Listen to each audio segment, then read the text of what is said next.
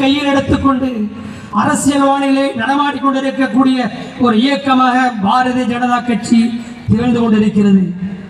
நமக்கு யாரையும் குறை சொல்ல வேண்டும் என்கிற எண்ணம் கிடையாது. அதே நேரத்திலே இந்த நாட்டிலே வாழக்கூடிய ஒரு குடிமகனுடைய உரிமை பறிக்கப்பட்டாலும் அதற்காக குரல் கொடுக்க வேண்டியது இந்த நாட்டிலே வாழக்கூடிய அத்தனை கோடி குடிமக்களுக்கும் உரிமை இருக்கிறது என்கிற அடிப்படையிலே நாங்கள் பேசுவதற்காக இருக்கிறோம். 1948ஆம் ஆண்டு எப்பொழுது இந்தியாவிலிருந்து பாகிஸ்தான் பிரிந்ததோ அப்பொழுது இங்கிருந்த இஸ்லாமியர்கள் எல்லாம் பாகிஸ்தானுக்கு செல்ல வேண்டும் என்று வடநாட்டில் இருந்து எழுந்த குரல் ஒரு பக்கம், அவர்களுடைய அழைப்பை ஏற்று சாரை சாரியாக அணிவகுத்து சென்ற முஸ்லிம்கள் நாட்டை விட்டு பிரிந்து பாகிஸ்தானை சென்றடைந்தார்கள். அந்த காலகட்டத்திலே தான் நாட்டில் இருக்கக்கூடிய எஞ்சி இருக்கக்கூடிய சிறுபான்மை சமுதாயத்தை சார்ந்த இஸ்லாமிய முஸ்லிம்களும் பாகிஸ்தானுக்கு சென்றுவிட வேண்டும் என்கிற குரல் ஆளும் வர்க்கத்திலிருந்து நாட்டினுடைய உயர் பீடங்களில் இருந்த சில தலைவர்களுடைய நாவிலிருந்து வந்த பொழுது இந்தியாவினுடைய பெருந்தலைவர்களில் ஒருவராக, இந்திய முஸ்லிம்களின் பெருந்தலைவராக, இந்திய யூனியன் முஸ்லீம் லீக்கினுடைய நிறுவன தலைவராக இருந்த கண்ணியத்திற்குரிய காயிதே மில்லத் முகமது இஸ்மாயில் சாஹிப் அவர்கள் ஒரு முழக்கத்தை முன்வைத்தார்கள். இந்த நாட்டில் இருக்கக்கூடிய எறும்பை கூட வெளியே போய் என்று சொல்லக்கூடிய அதிகாரமும் துணிச்சலும் எவனுக்கும் இல்லை. அப்படியானால் எங்களை பார்த்து நாட்டிலிருந்து வெளியே போய் என்று சொல்லக்கூடிய துணிச்சல் எவனுக்கும் எப்போதும் இருக்காது, இருக்க முடியாது என்று சொல்லி இருக்கிறார்கள். அப்படிப்பட்ட வழிவாரில் வந்த இந்த சமுதாயம் தன்னுடைய மக்கள் தொகைக்கு ஈடாக நாட்டுடைய சுதந்திரத்திற்காக உயிர் தியாகங்களையும் பொருள் தியாகங்களையும் செய்த இந்த இஸ்லாமிய சமுதாயம் இன்றைய தினம் இரண்டாம் தர குடிமகனாக இந்த நாட்டிலே அடையாளப்படுத்தப்படுவதற்கு பல்வேறு சூழ்ச்சிகள் நடப்பதை நாம் கண்கூடாக கண்டுகொண்டிருக்கிறோம். அதை ஜனநாயக சக்திகள், ஜனநாயகத்தின் மீதும் இந்திய நாட்டினுடைய அரசியலமைப்பின் மீதும் நம்பிக்கை வைத்திருக்கக்கூடிய தலைவர்கள், கட்சிகள் கண்டிக்கின்றன, ஆதரிக்கின்றன. அந்த வரிசையிலே நம்முடைய சட்டமன்றத்திலே தங்க தமிழகத்தினுடைய முதல்வர், திராவிட மாடல் ஆட்சியினுடைய நாயகர் தளபதி மு.க. ஸ்டாலின் அவர்கள் துணிச்சலோடு ஒரு தீர்மானத்தை சட்டமன்றத்திலே நிறைவேற்றினார். அப்படிப்பட்ட தீர்மானம் கேரள சட்டமன்றத்திலும் நடந்திருக்கிறது.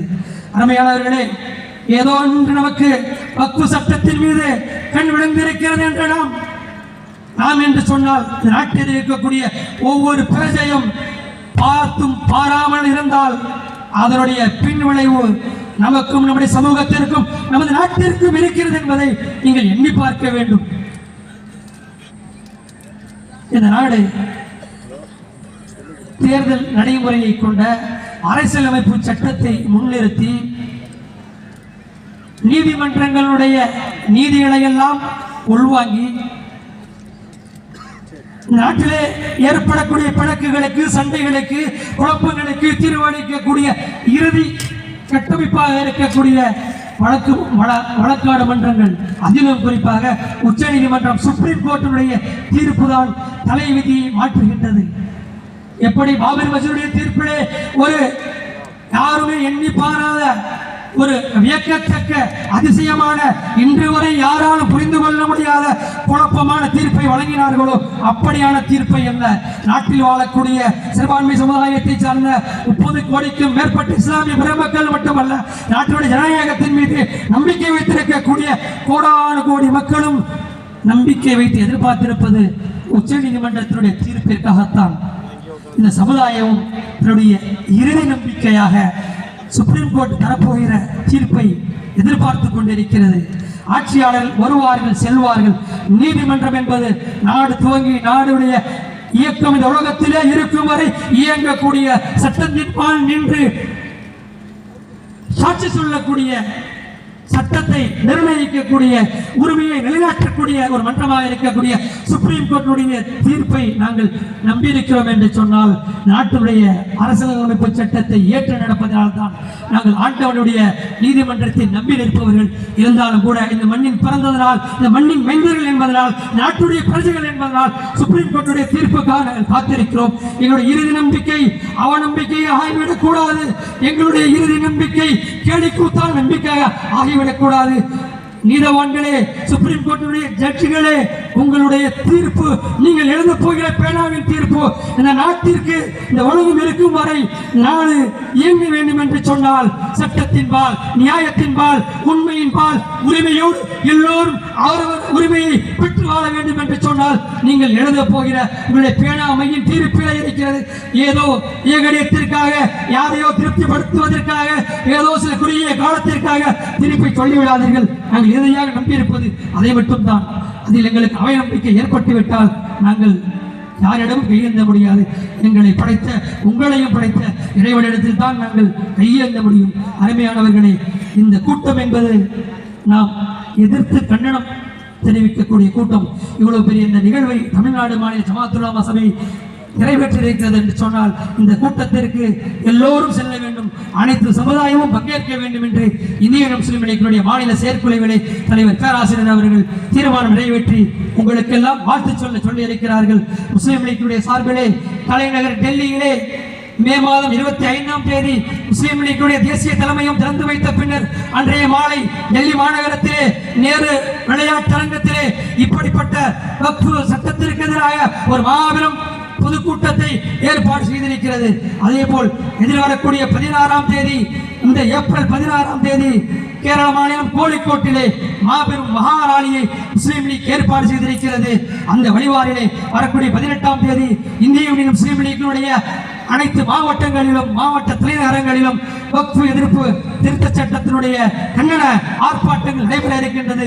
அந்த வகையிலே வரக்கூடிய 18ஆம் தேதி வெள்ளிக்கிழமை மாலை 5 மணிக்கு கடலூர் தலைமை தபால் நிலையம் எதிரிலே இருக்கக்கூடிய அந்த பகுதியிலே முஸ்லீம் லீக்கில் ஒருங்கிணைப்பு நடைபெறக்கூடிய அந்த போர்ப்பாட்டத்தில் நீங்கள் எல்லாம் பங்கேற்க வேண்டும். உங்கள் எல்லோரையும் உரிமையோடு அழைக்கிறோம். இப்பொழுது ஏற்பட்டிருக்கக்கூடிய இந்த அச்சம் என்பது நம்முடைய சமுதாயத்திற்கான அச்சம் மாத்திரமல்ல, நாட்டுடைய ஜனநாயகத்திற்கு ஏற்பட்டிருக்கக்கூடிய ஒரு கேள்விக்குறி. அதை களைய வேண்டும் என்று சொன்னால் எந்த பகுதியிலும், எந்த கிராமத்திலும், எந்த நகரத்திலும் இதற்கு எதிராக ஆர்ப்பரிக்க நிகழ்ச்சிகள் நடந்தாலும் அவை அனைத்திலும் அலைகளாக கலந்து நாம் அதை வெற்றி பெற செய்ய வேண்டும். அதுதான் நம்ம கையில் இருக்கக்கூடியது. ஆட்சியாளர்கள் இந்த குறுகிய காலத்திலே அவர்கள் எதையும் சாதிக்கலாம் என்று நினைத்துக் கொண்டிருக்கிறார்கள். ஆனால் நிரந்தரமான ஆட்சி அவர்கள் கையில் இருக்கப் போவதில்லை.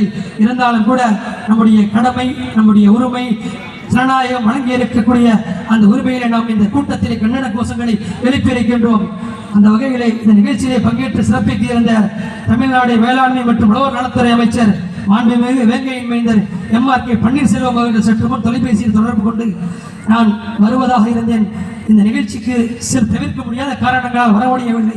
உங்களோடு நாங்கள் துணை இருக்கிறோம். இந்த அரசாங்கம் துணை இருக்கிறது. சட்டமன்றத்தில் இதற்காக தீர்மானம் நிறைவேற்ற இருக்கின்றோம்.